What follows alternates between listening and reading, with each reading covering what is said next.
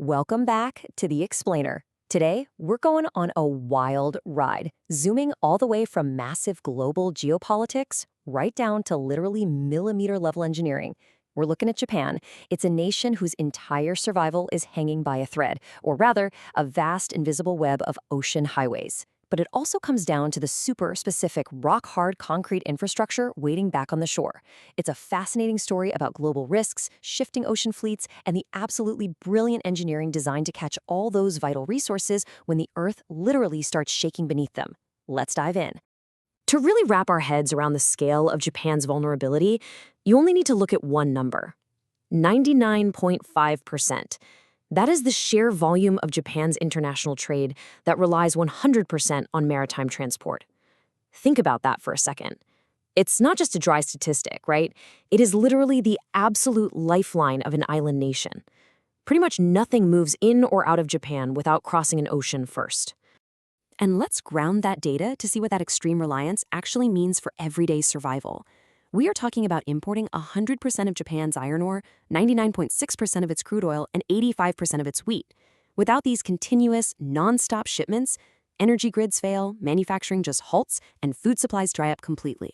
So this isn't just about global trade, it's about the very foundational elements of modern life having to arrive day after day on ships. Okay, part 1, global choke points, the geography of risk. Let's pull back to a macro view of the globe to see how this all builds into this massively complex geographic puzzle. Take U.S. liquefied natural gas, for example. It's a hugely crucial resource for Japan right now. Getting it from the Gulf Coast all the way to Tokyo Bay means navigating some of the absolute most precarious international choke points in the world. Look at the stark logistical choices here, the transit times and the risks. The Panama Canal, it's the fastest route at 25 days, but severe droughts are causing low water levels, which limits how many ships can actually pass through. Okay, so what about the Suez Canal? Well, that takes 42 days, but ongoing conflict in the Red Sea makes it a really high security risk. That essentially leaves the Cape of Good Hope, which is a massive 45-day journey. So here is where it gets tricky. The crucial point is this compounding risk we call the overlap threat. If ships have to avoid Panama and Suez, they get pushed way down around the Cape of Good Hope. But here is the catch. 94.7% of Japan's crude oil already relies on routes coming from the Middle East. Shifting that LNG traffic to the Cape means all of these totally critical energy shipments suddenly overlap right in the Indian Ocean and the South China Sea. That creates a massive, highly vulnerable geographic bottleneck. It's like putting all your eggs into one very crowded ocean basket. Moving on to part 2, the vessel deficit. Who drives the ships? Now, even if these vast ocean routes are totally clear and perfectly safe, we have to ask a pretty basic question. Who actually owns and operates the ships moving this life-saving cargo? Notice the surprising commercial reality here. Japan is a titan of global marine transport, no doubt about it, and Japanese shipping companies effectively own a massive fleet. However, 84.8% of that effectively owned tonnage is foreign registered, yet only 15.2% actually flies the Japanese flag. So Japan's supply chain is actually heavily dependent on vessels registered in totally different countries. And when we look at the shifting dynamics of global marine transport, the whole landscape is changing rapidly. Just to put it in perspective, as of 2022, China effectively owns 8,007 commercial vessels, which captures a 14.5% global share. Meanwhile, Japan sits at 4,007 vessels and a 7.3% share. It's a really clear, impartial look at how the sheer volume of maritime presence is expanding and shifting across the entire region. Okay, so we've navigated the global choke points and we've analyzed fleet ownership. But let's execute a sharp narrative zoom right down to the physical, domestic soil of the Japanese coastline.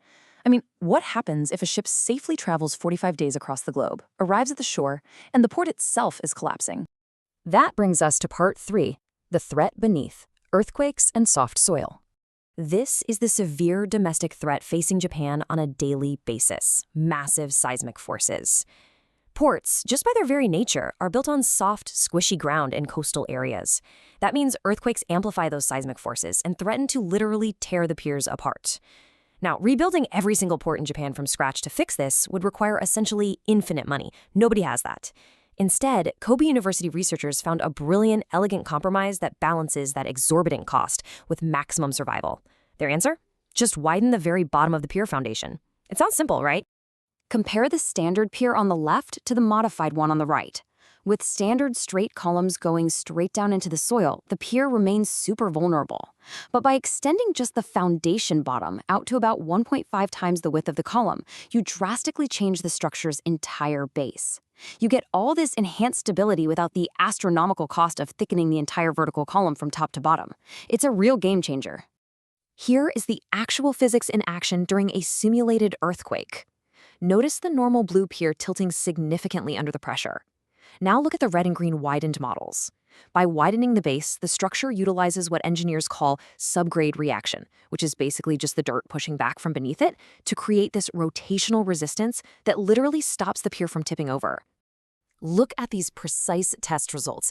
It's an unbelievable contrast in scale. I mean, we were just talking about thousands and thousands of miles of ocean routes, and now we are looking at life-saving millimeter reductions.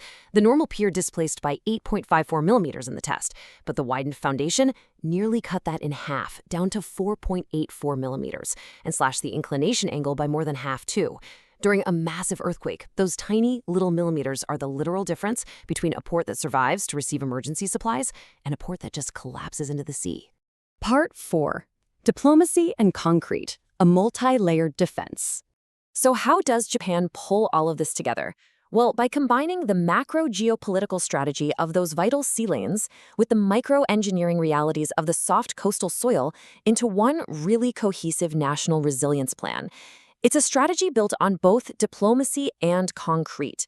To ensure its survival, Japan intertwines international maritime diplomacy with hard physical infrastructure.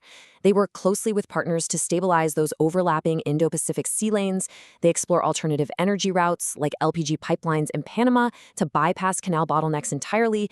And domestically, they upgrade those critical coastal ports with the widened seismic foundations we just looked at, while implementing strict business continuity plans to make sure logistics bounce back immediately after disaster strikes. It is one totally integrated loop. Which really leaves us with this final thought. You know, we spend so much time talking about global shipping, huge trade deals, and complex geopolitics. But geopolitics just brings the resources to the shore. At the end of the day, it is concrete that actually catches them. So, looking at the hidden physical layers that keep our modern societies running, is your country's supply chain built on solid ground? Thanks for joining me for this explainer. I hope you found it as absolutely fascinating as I did. See you next time.